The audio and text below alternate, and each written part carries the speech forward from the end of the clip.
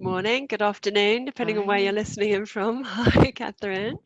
I'm Caroline Hill, editor of Legal IT Insider. This is our regular Friday slot, The Insider, and I'm really pleased to be joined by Catherine Bamford, well-known legal engineer, chief executive, and founder of BAM Legal. Hi. Hi, Caroline. How are you? Really well, thank you. Thank you so much for Good. coming on Pleasure. on Happy the Friday. show. Yeah. Catherine and I are here to talk about firms needing to innovate post-COVID, but we've got some really interesting points to chat through. Catherine, as you know, is a well-known, as I said, legal engineer. She's a speaker on the circuit. I'm going to read a little bit of your bio. So started at Pinsons, tell me if I get it wrong, started at Pinsons Masons as a commercial property solicitor, became manager of Preston Express, then senior legal knowledge engineer at Pinsons, left in July 2014 after just over 7 years at Pinsons to set up BAM Legal. You've worked with law firms including DWF, Bowen Leighton Paynes, now obviously now BCLP, corporates including ASDA, working with Alistair Maiden, who now has obviously founded Psych, and you yeah, and so I thought it'd be really useful if before we go on to perhaps talk about the topic that we're going to talk about, you could tell us a little bit more about the type of work you do for people, anybody who doesn't know you. If you could just Sure. describe the types of work you do and perhaps the types of clients. Yeah, of course, of course. So it's really helping law firms to implement legal technology and to actually make sure that it's used and scaled. So not just buying something that will end up sitting on the shelf, making sure it's actually really used and really getting return on investment. My niche area, if you like, is document automation. That's where I started, and that's very much my focus is legal document automation. But more and more, it's been obviously that's just one part of any legal transaction. So more and more, it's Yeah. been the end-to-end, all the different technologies that will help lawyers to deliver legal services in a better way. So there's going to be lots of law firms at the moment who are potentially looking at their staff and wondering how to utilize them. I think it would be really useful because you've got a really interesting background, obviously having made that transition. And I think it might be relevant to talk about how you started your journey in terms of how you moved from becoming a lawyer to becoming now a legal engineer, and how Pinsent supported you in that. And then we can perhaps go on to talk a little bit about whether that might be something that law firms should be looking at for staff at the moment. Yeah, absolutely. Yeah, I was very fortunate actually to be to have the support and get the opportunity that Pinsents gave me. So during the last recession, as we know, that was when the whole more for less argument came about. I was working in real estate. It was high volume, so lots of matters, and actually that was quite often fixed fee. So Right. we would have agreed to do, our clients would be investors, maybe pension funds, who would own a load of shopping centres, a load of office blocks, and we would have said we will do every lease for X pounds, every license for Y pounds, etc. High volume, low margin. Actually, a lot of the time it was, you'd get to the end and you'd be writing off WIP, work in progress.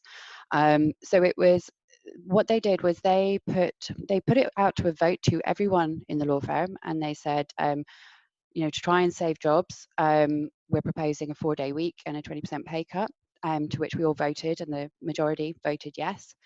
So everyone did that, which really saved a lot of jobs. But what they also did was they identified people within each department to then look at what they were doing, how they were doing it, and how it could help. They had also just procured a document automation software. So I was very much asked to, with there was 2 knowledge lawyers and a senior associate. I was 4 years PQE at the time, so quite a junior lawyer. And we were asked to look at how we could automate what we were doing day in, day out.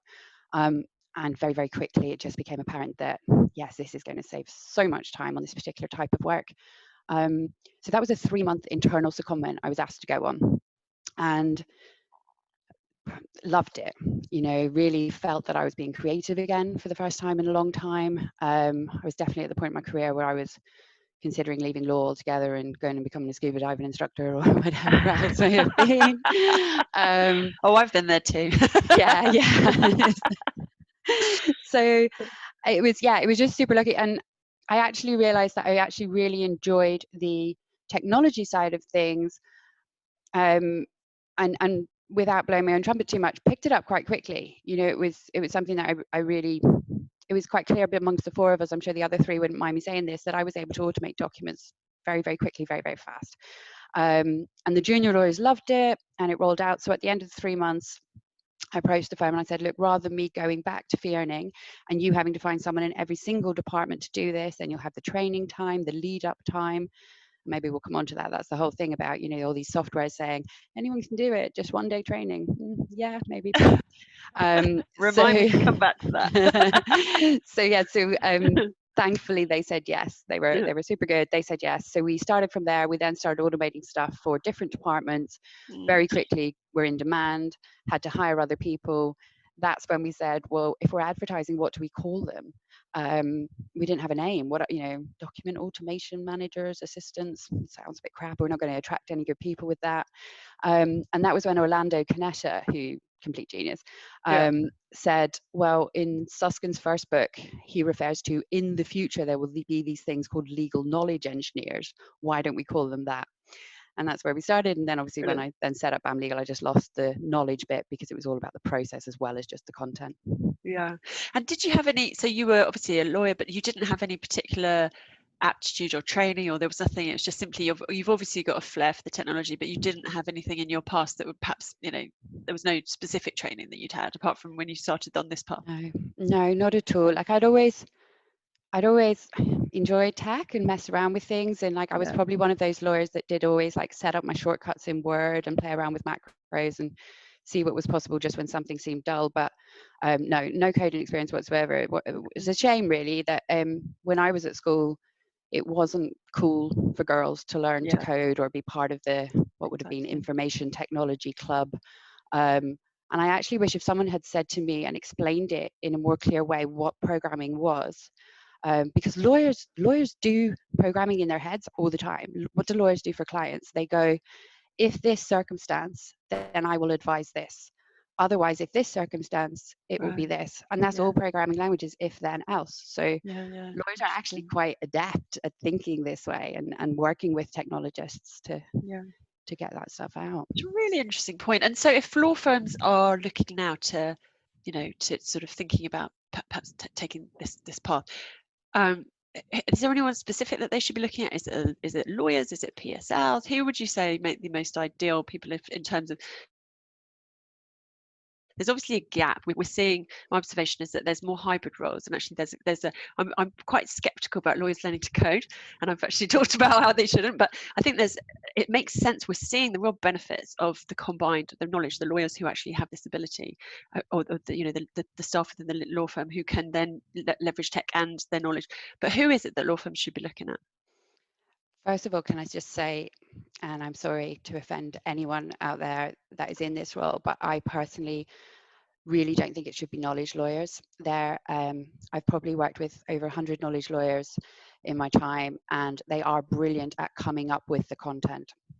But generally, and this is a massive generalization, apart from one or two, they are not the ones that love the technology and the logic. The reason they're such subject matter experts and the reason they've been chosen to be the knowledge lawyers to teach the other lawyers is because they are more the academics. They can write really good research papers. They can come up with all the different things. So they can work with the technologists, but generally I found when I've trained knowledge lawyers, they pick up the tech slower.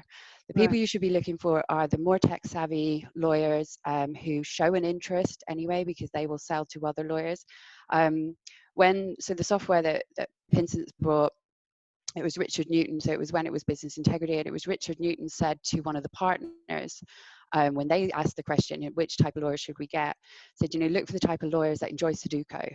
So it's also that kind of, Ah, so not a crossword, you know, not the language yeah. ones, you know, Yeah. more the maths, more the, so I, you know, unusually for a lawyer, I did like maths, chemistry, biology at A level. Well, I didn't actually end up finishing my A levels. I left school at 17, but that's a whole nother story. But I was really, really into maths, and particularly like algebra. Like I would do algebra for fun. So that's why I kind of wish that if someone had told me when I was younger that kind of coding and programming was similar to understanding algebra and that kind of thing, and then I would have probably been more into it. Yeah, I So think yeah, so look for those tech savvy lawyers who also just show an interest. It's like if they have a passion, they will yeah, find the time. And actually, I listened to Lucy Bassley yesterday. She did a fantastic webinar on how can lawyers start their own innovation journeys. And one of the questions she was asked was, how will they find the time? And obviously, time is a massive problem. What do the law firms do to free up their lawyers to do this kind of thing? And as you say, yeah, at the moment, they have capacity, which is good. yeah, Well, not good, but it means that they could focus on this kind of things. But it was yeah, just saying, just start, and where there's a will, there's a way. So if you have a really frustrated lawyer who goes, this process I'm doing every day is an absolute nightmare, yeah. and they're showing an interest and a passion, they're the ones to focus on. I think often that these kind of times, these really difficult times, is when I mean, it won't, not every law firm will seize the opportunity, but actually the difficult times are the times when actually there's an opportunity to make changes, and sometimes it's a forced change. So I think now law firms should really be looking at how they're doing things. So I think we'll come on to that a little bit forward looking, and perhaps give law firms and the listeners some tips, like tips, as it were. But I think if I just sort of wind back just for a second to pre-COVID, PC. I think so. It seemed to me that law firms were. I don't want to discourage anybody from innovating, but it seemed to me that law firms kind of innovating all over the place, perhaps with a lack of strategy. Although that was starting to calm down a little bit, and perhaps people were becoming more strategic. You've worked with a lot of firms and corporates. Could you give me examples of perhaps some of the best examples of the firms that you've worked with in terms of the ones that have been making the most progress or have got the best strategy? Yeah. So one that springs to mind immediately would be DWF, and that's when I worked with Jonathan Patterson and the team there. In that they didn't. Sometimes it's often easier to say which ones didn't work, or which We'll ones come were on to that. harder, which That's my ones were next harder. question. Yeah. So rather than spending months of meetings about meetings, coming up with a business case and potential return on investment and everything else, they just did short, sharp pilots. Right. They got the stuff in the hands of the lawyers to see if it was popular, to see if it would work, to see where the benefits were, and then would take it forward. So with them, we did, with document automation, we did a 6-week pilot, three areas of the firm, 10 users per area, and just built stuff really quickly, let them play with it, let it go, and then recorded the benefits, and then went on to the business case and everything else. Yeah, so that would be one example of where it went well. In terms of what you were saying about people innovating everywhere and everything else, you're right. And ones that are doing it well, or ones that have really joined it all up and given the teams that are trying to help each department to innovate or change their working practices or improve their working practices, have really given them a spotlight and budget for people, Yeah. and have thought about how they're going to get the lawyer time. They're the ones that are doing extremely well. And again, that's because I can think of the ones that So go if haven't you done want. that. Do you want to go on? So I was going to ask you. We can just skip straight forward to what they're doing. I'm all right with that. So let's skip forward to what are the examples of where firms are perhaps failing? Yeah. So again, not wanting to bash anyone trying to innovate or to improve the way they're delivering legal services and to help their lawyers and help their clients. But silos, massive problem. So you've got this innovation department over here and no one else really knowing what they're doing, understanding their value. Definitely not thinking about the question of resource. So regardless of once you've done the people and the process bit and you've then recognized, okay, with technology, we could maybe help this bit. The ones that think, right, let's go and buy that tool and really don't plan for, but how are we going to resource it? And a lot of that is the software company's fault as well. Quite often the software companies say, oh, they can just do it themselves. It'll take a tiny bit of training, et cetera, et cetera. When do they have the time? The lawyers don't have the time to do that. And with a lot of the tools, even if they're these low code, no code tools, you can't just do an hour a week or an hour a fortnight and expect to get results. It'll take months to finish anything. You need someone to be able to focus for a couple of days. So yeah, silos, not planning the So that's a resource resource properly. issue, isn't it? That's a resource issue thing. Yeah, So it the seems to be tech that they're works. The not, tech works. They're just not. they don't realize that they actually, it's about investment. Actually, it's about Mm, having the right people to continuously, who understand the product, who, and perhaps this relates back to our previous point about lawyers, perhaps an opportunity for them to be, because it seems like it falls down because they don't have enough people who understand how it works and who can continuously work on it, because not something that just is achieved overnight. Is that fair to say? And then perhaps, yeah. what do you see of the sorry, I think I interrupted you, but so in terms of who owns these types of projects, and firms have been creating innovation teams as a sort of, as an aside, from the keep the lights on legal team. Is that a good thing? Has that helped in terms of progressing these types of projects? I think it does, but I think going back to the siloed point, these Yeah, teams need to be really given the focus and also have people from all other areas of the business constantly coming into those teams. And it could yeah, almost be like you get to the point where it's a project team. So on this particular project, there's going to be quite a lot of IT security involved. So we need someone from IT to yeah, actually be in that core team bringing it forward. We need a UX designer. We need a lawyer from this department, etc. So you can have the innovation team, but constantly making that diversity of thought. And as you know, I've just recently finished at Deloitte Legal and yeah. still working with them a little bit, but I just finished with them. And that was for me one of the best things there was sitting beside someone from digital for Right. 6 months. I learned so much by working with him, a guy called Peter Duffy, just to give him a name check, because honestly, like I've basically stolen so much of what he taught me. And it was just so refreshing, because it was like, rather than it just all being ex-lawyers or people that were originally legal KM or legal IT managers, it was like this fresh thought where, he'd built truly digital products for other industries. And he taught me all about the no-code community, which I now have got involved in on Twitter. And it's like every time I'm looking at a legal tech tool, I'm like, Yeah, well, where's there just a tech tool that does it? And realizing sometimes there's open source, there's no code, there's stuff you can plug and right, right. play. So yeah, bringing in different professions and law firms being open to that, and not having this whole, we need that diversity of thought. We don't need just all lawyers doing this kind of thing. Yeah. That's interesting. And you don't think so in terms of using those kind of tools? Obviously, one of the issues sometimes with the legal profession is that we do things in a different way. It sometimes complicates things. For example, if you just want to use Microsoft, sometimes it's quite difficult, because obviously there are definitely, although we're not little sort of snowflakes, or shouldn't be, and should be able to use mainstream tech, sometimes there are differences in the way that so but your point is that actually there could be much more diversity of tech in terms of what people are looking at. Am I missing your point? Diversity of tech and diversity of resource. So Right. people that, and firms were getting better in that. They were Yeah, getting, they were starting to respect a really good project manager, yeah, a really good process mapper, a yes, proper developer, someone that really understands UI, UX, yeah, rather than quite often as lawyers or ex-lawyers, we try and do everything ourselves and think we can. And it's like, you're never going to come up with a really good solution if you're doing things that you're not yeah. skilled in. Like, bring in that extra help and respect that. So yeah, the siloed bit was what was happening a lot. I was going to come on to ask you that, but I'm going to ask you that now. So with the technology that you're working with now, so it is still the case very much that you would need a developer sort of to actually push these projects forward. We're not at the stage yet where really the lawyers can actually just to sort of work on it and develop it themselves. You need that extra resource, the developer and the project manager, etc. It really depends on what we're talking about in terms of solutions. So Yeah, if they're trying to build something by piecing things together, what everyone's wanting now is, rather than these point solutions, they're wanting the end-to-end. So what's great yeah, about Latera is that it's the whole transaction. It's not just the doc auto, it's not just the storage, it's the end-to-end. But yeah, law firms are still very much trying to build their bespoke stuff, or take Contract Express plus HiQ plus yeah, Kira and piece them all together to come up with a solution for a client.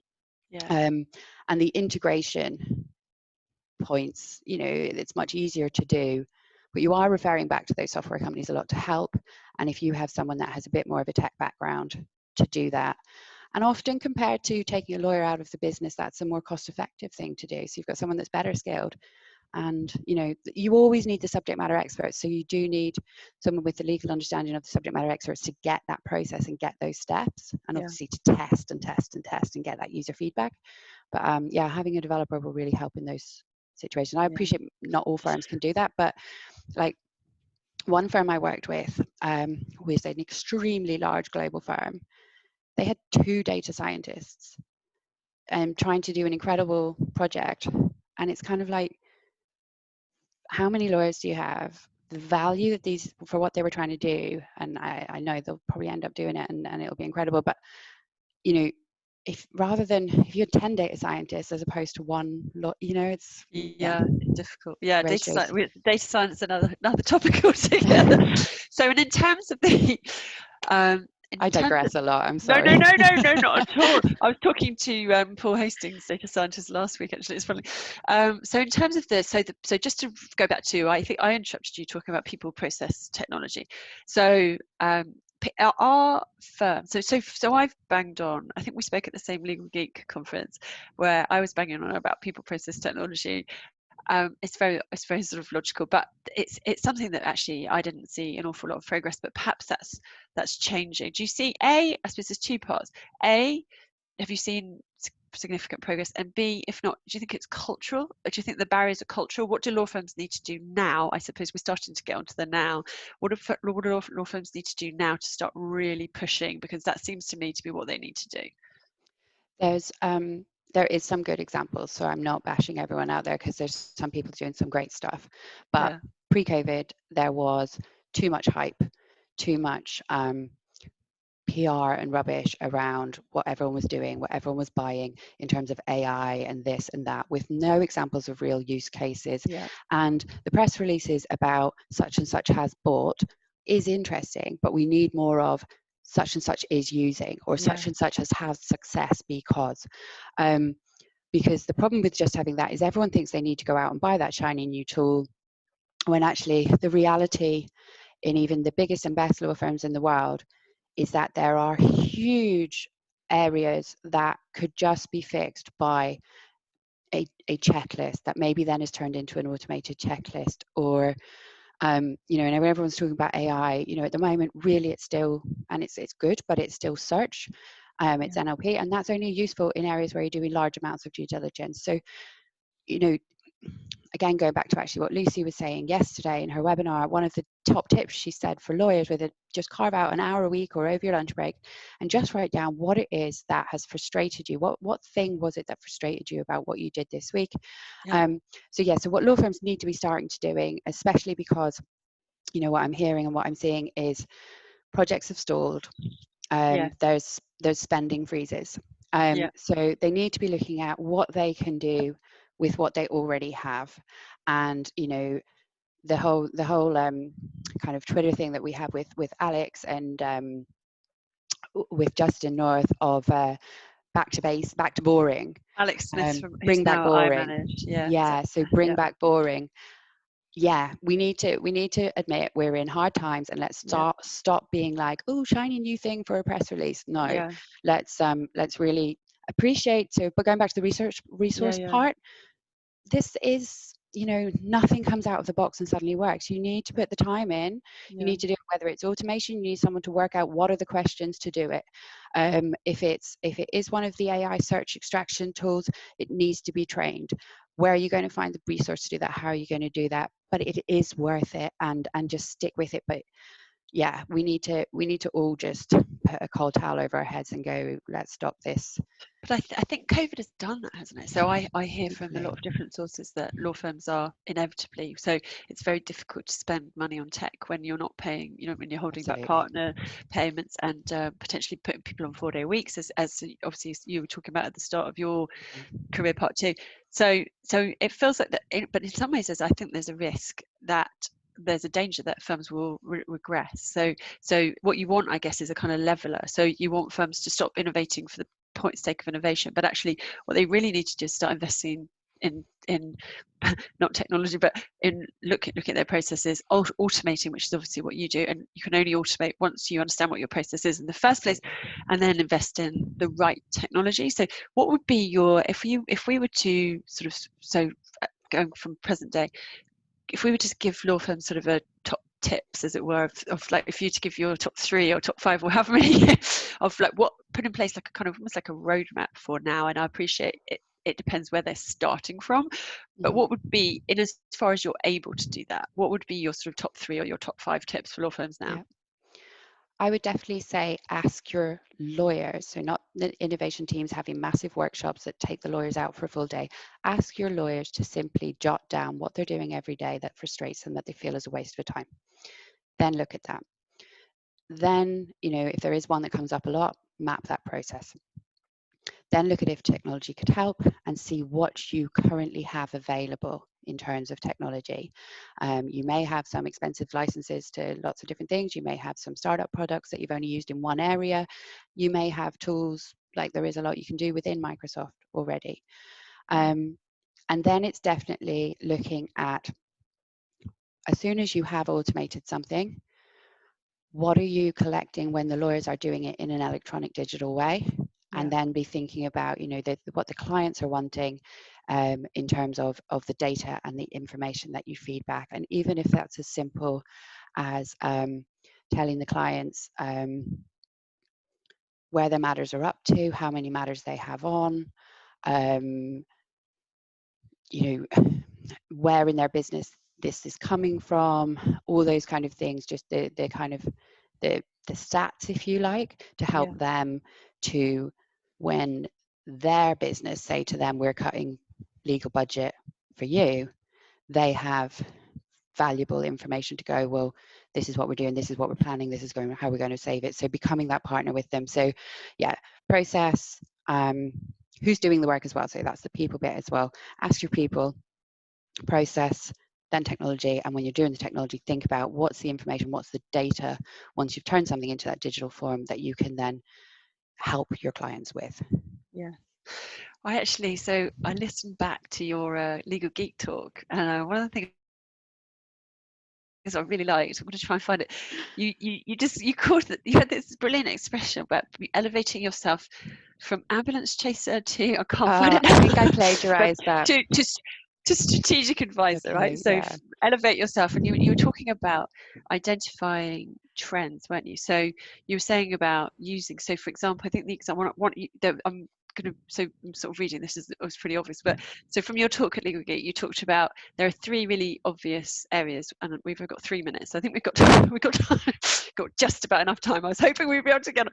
So you talked about continuous improvement of base documents, identifying trends and claims when preparing defences, mass production of first drafts using the tools you already have. We've only got 3 minutes, but so if you could talk about, so I think you just touched on this idea of identifying trends. Do you want to elaborate on that? Because I really enjoyed what you had your point about that. So that one, I gave a litigation example that again needs to be credited to a partner at Pinsent who came up with the idea way back when. And it's, if you're doing all the defenses for a particular client, and this example was employment, and you automate that, every time that your lawyers are preparing the defense to the claim, the first question will be, what type of claim has the employee made? Unfair dismissal, constructive dismissal, discrimination. Okay, discrimination, what type? Sex, age, race, etc. Where did it originate? From a warehouse or a store? Okay, a warehouse. Which warehouse? Glasgow, Birmingham, Manchester. Okay, Manchester. You can turn around to your client at the end of 6-12 months and say, did you know that 30% of all your claims are for sex discrimination from your Manchester thing? Now that's a really simple example, but hopefully everyone out there, they can then think, hang on, especially in litigation, what am I doing for my client all the time? What information would they like to hear that they then can reduce their legal spend by reducing those claims? Yeah, and also elevate yourself in terms of, everyone wants to become that trusted advisor. Everyone's always working out how to become a bit more sticky and a bit more integrated within the client's business, and I guess this is a perfect way to do it. Yeah, completely.